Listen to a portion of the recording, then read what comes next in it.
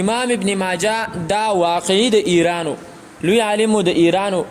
خود د په کتاب باندې د ټولو امت دا اتفاق نه دی چې آیا د کتاب کې چې کوم احادیث دي ټول صحیح دي کنه ضعیف او کمزوري پکې شته دي. نو په هغې باندې اتفاق نشته دی. صرف یو شخصیت پکې هغه د ایرانو، حالانکه د هغه په کتاب باندې اتفاق نه دی چې آیا د هغه په کتاب کې چې کوم احادیث مبارکه دي نو دا ټول صحیح دي که په هغې کې ضعیف او کمزوري شته دی. نو څنګه چې دی نو دا د دې یو کس نه علاوه ټول راجمع کوونکي د احادیثو هغه د ایران نه علاوه د نورو علاقو دي، او تاسو په احادیثو باندې دا الزام لګوئ چې دا د ایرانیانو سازش. أعوذ بالله من الشيطان الرجيم.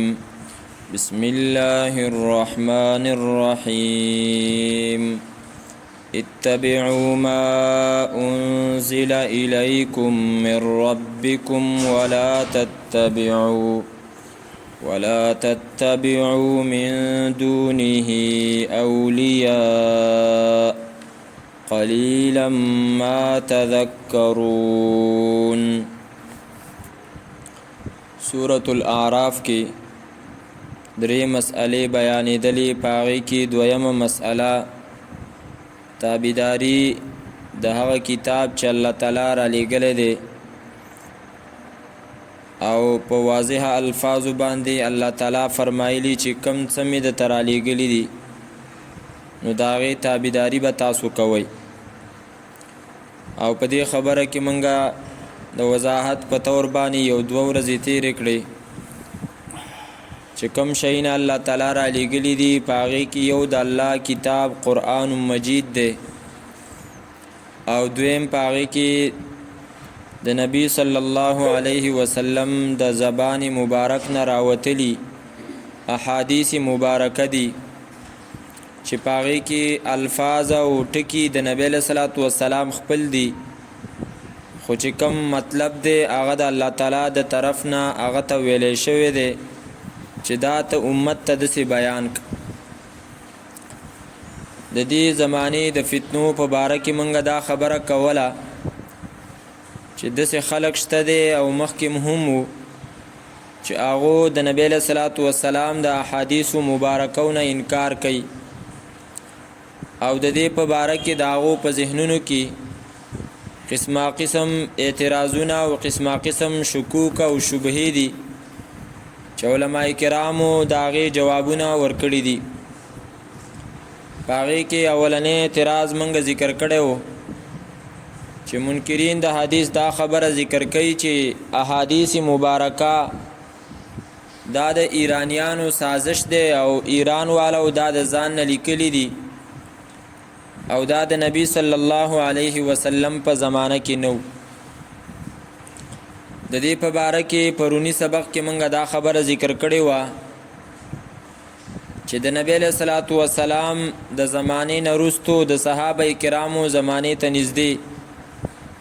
چې کم علما د احادیثو مبارکو تیر شوي دي نو هغې نمونه موږ څه ذکر کړي وو او دا هغه شخصیاتو چې هغو خپلې زندګۍ د احادیثو دپاره وقف کړې وي، او په دې شخصیاتو کې د احادیثو چې کم راجمع کوونکي علماو نو هغه ټول عربو، که هغه امام ابن شهاب زهری دی، که هغه سعید ابن مسیب دی، او که هغه حضرت عروه ابن زبیر دی، او که هغه حضرت عمر ابن عبدالعزیز دی. دا ټول د عربو د اصل نه چې دی نو دا عربو،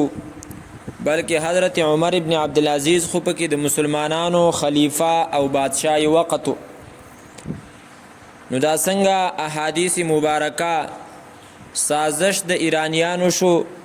چې د دې سرپرستی عرب کوي او د دې بنیاد د عربو نه شروع کیږي، دا څنګه سازش دی؟ د دې نه علاوه چې کم د احادیثو اولنی را جمع کوونکي دي او هغو کتابونه لیکلي دي نو په هغې کې په اول نمبر باندې امام مالک ابن انس دی، او امام مالک ابن انس دا د مدینې هغه لوی امام دی چې هغه په امام المدینه باندې مشهور دی، او د هغو کتاب دی د احادیثو په باره کې لیکلی احادیث د نبی علیه صلات وسلام یې پکې راجمع کړي دا غي نوم دی موطا امام مالک. په دویم نمبر باندې چې کوم چا احادیث د نبی له صلوات و سلام را جمع کړي دي نو په دې کې لوی نوم چې دی نو هغه د امام محمد ابن ادریس دی، امام شافعي په نوم باندې چې مشهور دی. دا امام مالک هم مدنی دی او عرب دی، او امام شافعي صاحب چې دی نو هم عرب دی. په دریم نمبر باندې امام احمد ابن حنبل شیبانی دی او دا د بنو شیبان قبیله دی او دا هم عرب دی، او بنو شیبان هغه قبیله ده